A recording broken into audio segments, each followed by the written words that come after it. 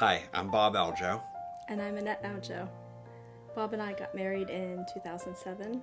I was 41, almost 42 years old, and Bob was 50 years old. But we knew from the beginning that we wanted to have children. So one of the first things we did, actually when I proposed to her after she said yes, we prayed about having children, and God gave us a very definitive yes. So after we got married, we tried naturally for a few years. When nothing happened, we still were very faithful and knew we were going to have kids because God had told us. So we went for fertility treatments. So we went through not one, but 2, 3 times.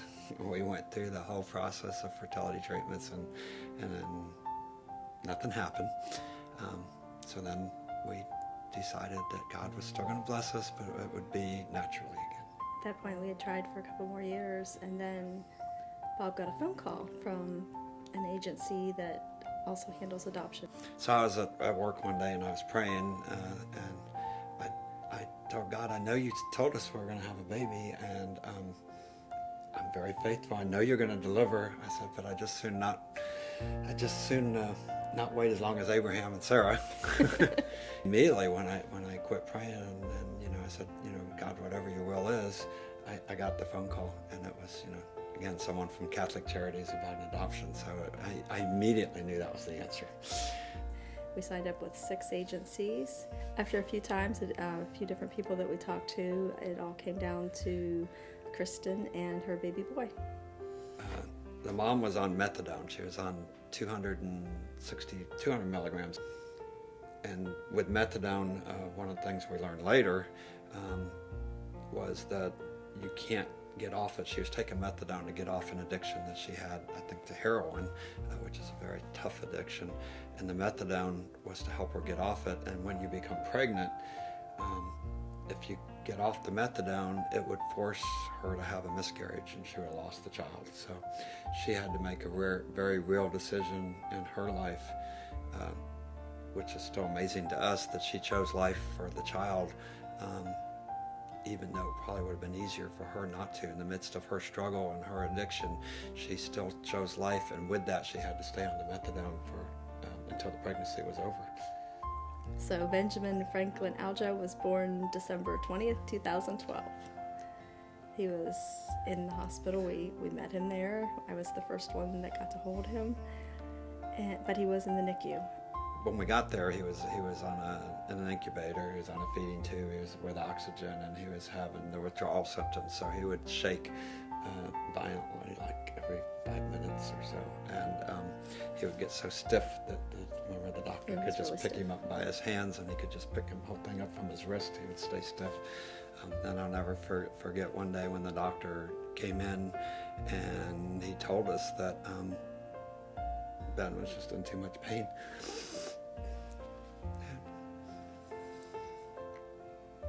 And so he's going to put him on the morphine, and that it was something that they had really no choice, that he had to go on it. So Annette and I immediately prayed. We prayed for our son. We couldn't even talk to anybody else, so we started texting our family and our church friends and put it on Facebook to please pray.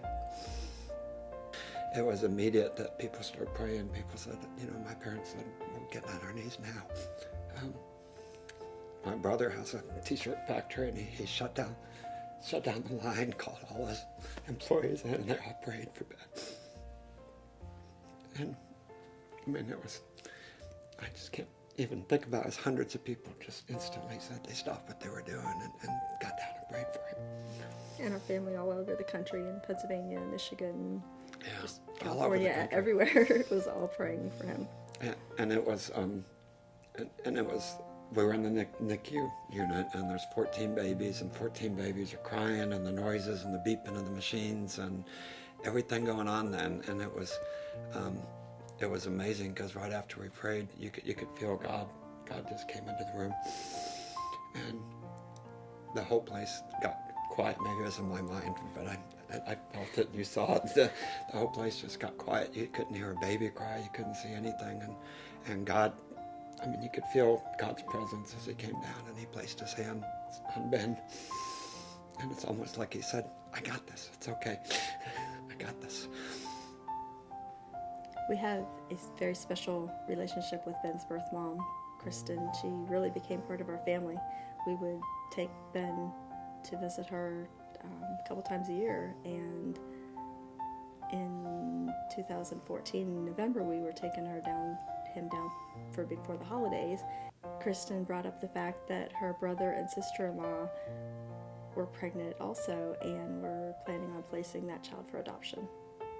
Kristen asked if we would consider it, so we started thinking about it and praying about it. We weren't really ready for that at this point.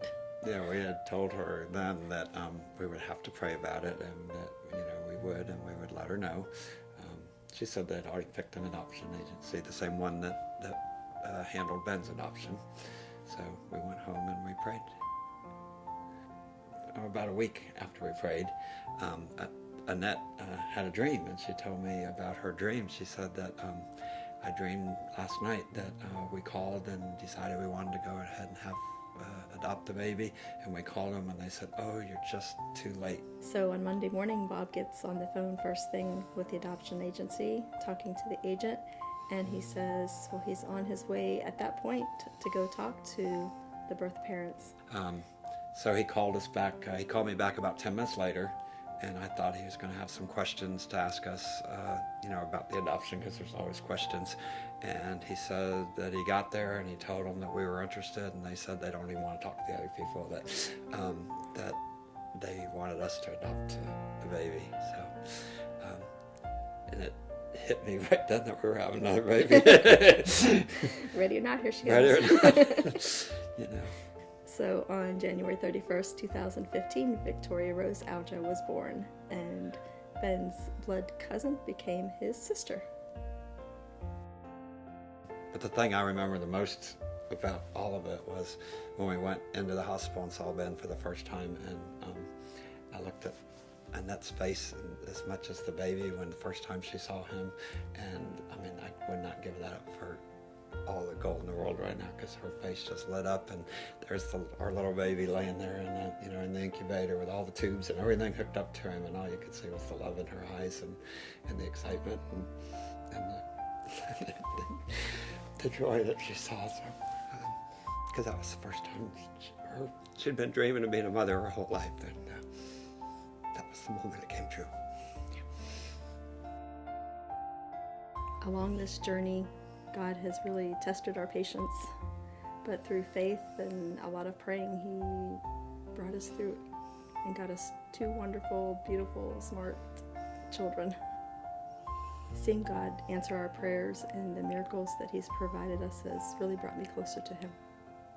We've had blessing after blessing after blessing, from our marriage to Benjamin and Victoria, our house, our business. God just continues to throw blessing after blessing, and I used to look at, when things are going great and God's blessing you, you kind of look over your shoulder and you're waiting for the other shoe to drop. Now we tend to look over our shoulder and we wait for the next blessing to drop, because he just continues to bless you, and it's something he promises. And through the journey also, one of the things that sticks out in my mind that as a parallel to our relationship, or God and God's relationship to us, is I have a blood son, Jeffrey, that I love to death, and of course that's why I thought that we had to have our own child. But through adoption, I learned something. That the love is there for your children no matter what, and I think about us being God's adopted kids, and I think about Jesus as a son, but we're his adopted kids, and God, that means God. If I know God's love is like greater than anything we could ever do, so that means he loves us like he loves Jesus, like he loves his own sons, because we are his sons and his daughters and his kids. So and it's just amazing when you realize that the most powerful being in the universe loves you the way you love your kids.